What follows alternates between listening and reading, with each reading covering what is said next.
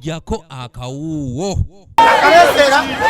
Abakozi abanoonyiza ekikumi ku katale akapya akazimbibwa e Busega bakedde kuva mu mbeera ne bawanvuya ku maloboozi nga bagamba nti bamaze ebbanga eriwera nga tebasasulwa nsimbi kuva mu ntuuyo zaabwe.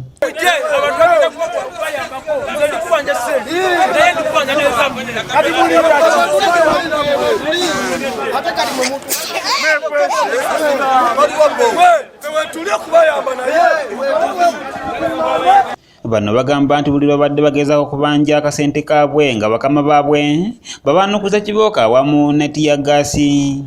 Ya kampuni kubanga kampuni gye bawa contract ey'akatale. Kampuni ya Complant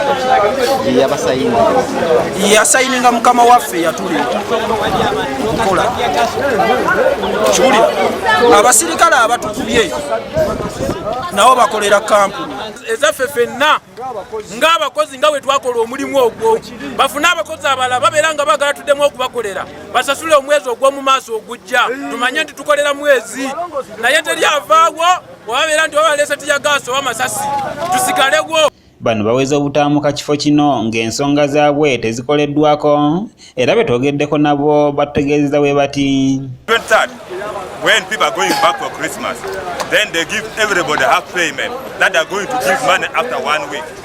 After 1 week, nothing they have received up to the day to date. Then I decided to collect some of my fellow friends we are working with together and went to a certain lady to give us what? Food. Okusasula sente kwalinga kwa weeks 2. Batugamba buli weeks 2 tunawanga tubawa omusaala gwa. Tukola tugumikiriza weeks 2 nizigwa. Tugawa nange sente kiki. Batugamba nti waliwo ensonga ABC. Mbagamba mugumikirize. Kyokka abamu ku bakozi bano balabiddwako nga bagenda mu maaso n'okukola emirimu gyabwe nawadde nga bannaabwe babadde bali mu kwekalakaasa. Poliisi okuva e Nateete etuuse okukakanya embeera eno era bane bakubye mu muko gubalagala era bakolera okumpi n'akatale kano balabiddwako ng'amaduuka gaabwe bagagaddewo.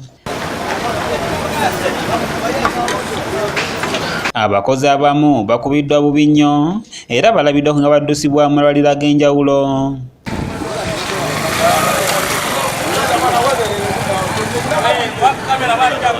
Omwogezi w'akatale kano ak'e Busega alambise nti abakozi baali bakufunanga ensimbi zaabwe buli luvannyuma lwa ssabbiiti 2 wabula kati bali mu mwezi mulamba nga tebafuna yadde 10.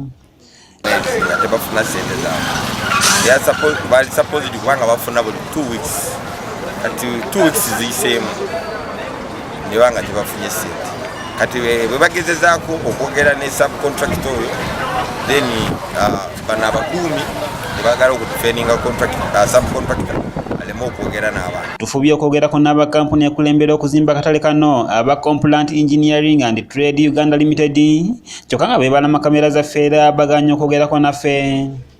Matiya Sekanjako yakusakidde eggulire lino okulwa ABS Television. Kati simanyi oba baagala tugende tubbe oba tukole ki.